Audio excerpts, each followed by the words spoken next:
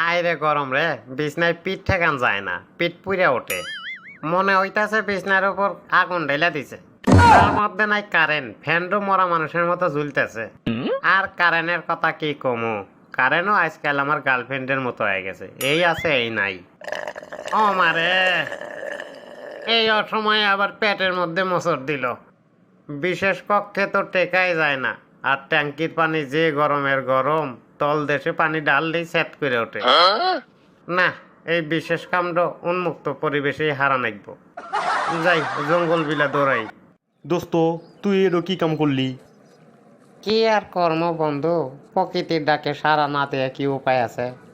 প্রকৃতির ডাকে সাড়া দিবি ভালো কথা, তাই বলে প্রাকৃতিক পরিবেশ নষ্ট করবি? দোস্ত, আমার এলাকা কোষ্ঠকাঠিন্যের সমস্যা আছে বুঝলি, আমার অল্প সময় হয় না।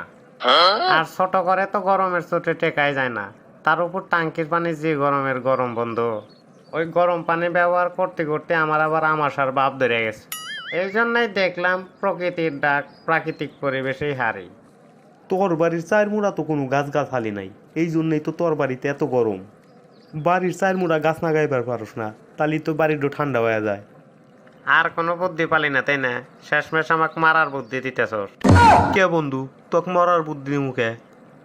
কারণ আমি মরলে পারে আমার গার্লফ্রেন্ড নদীর বুকে তুমি নৌকা চালানোর চান্স নিবে তাই না?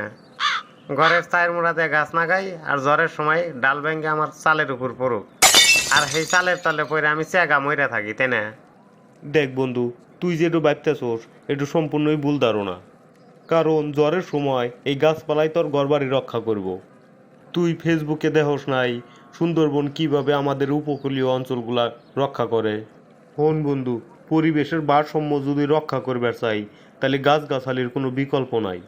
এই যে দেখতেছোস আমাদের দেশে কি পরিমাণ তাপমাত্রা বৃদ্ধি পাইতেছে, এর প্রধান কারণ হইল বনায়ন ধ্বংস করা। ঠিক আছে বন্ধু, আমি কালকে বাড়ির চায়ের মুড়া দিয়া ইউক্যালিপ্টাস গাছ নাগা দিম। এই যে তুই আবার একটু ভুল সিদ্ধান্ত নিতেছোস। তুই তো ছাড়া বড় বেজাইলা রে, তুই নিজেই কলি গাছ নাগাইবার নিগা, আবার এখন কইতাছিস ভুল সিদ্ধান্ত নিছি।